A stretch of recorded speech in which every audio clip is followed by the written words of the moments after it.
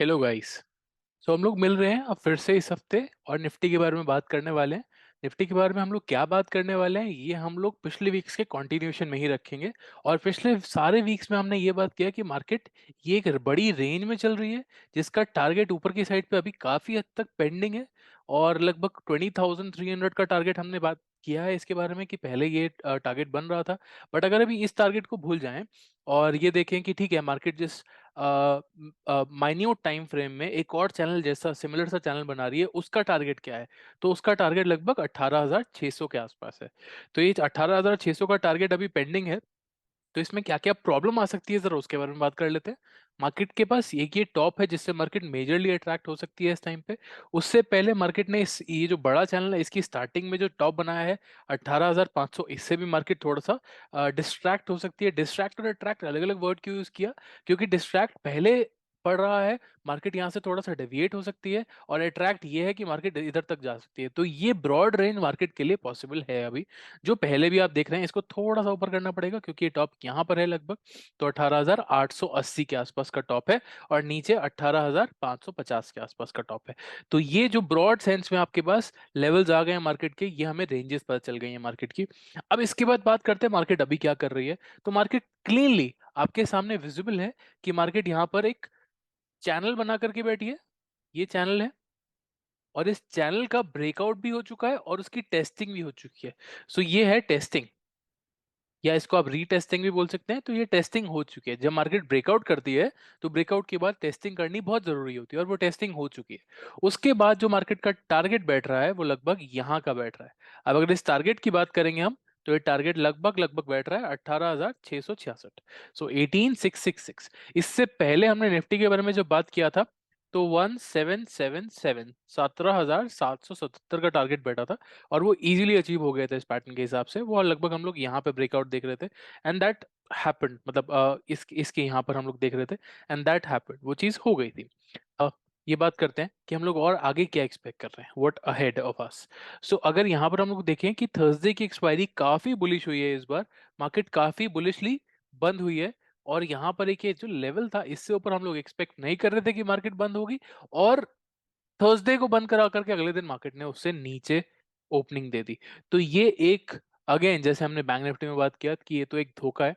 Bank Nifty का धोखा ज्यादा बड़ा इसलिए था क्योंकि अगले दिन उन्होंने ओपनिंग की, बैंक निफ्टी की ओपनिंग ही पिछली दिन की ओपनिंग से नीचे हुई है। बट एटलीस्ट निफ्टी में इतनी तो शर्म थी कि उसने उतना ओपनिंग नहीं दिया, थोड़ा बॉडी के अंदर ही ओपनिंग दे दिया।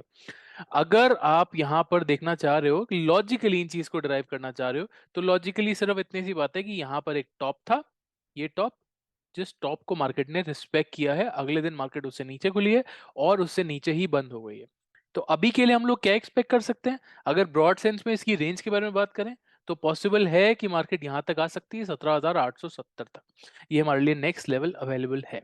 तो मार्केट एक ब्रॉड रेंज में घूम सकती है और वो है 17,870 और ऊपर की साइड पे 18,136। ये हमारे पास दो लेवल्स अवेलेबल हैं।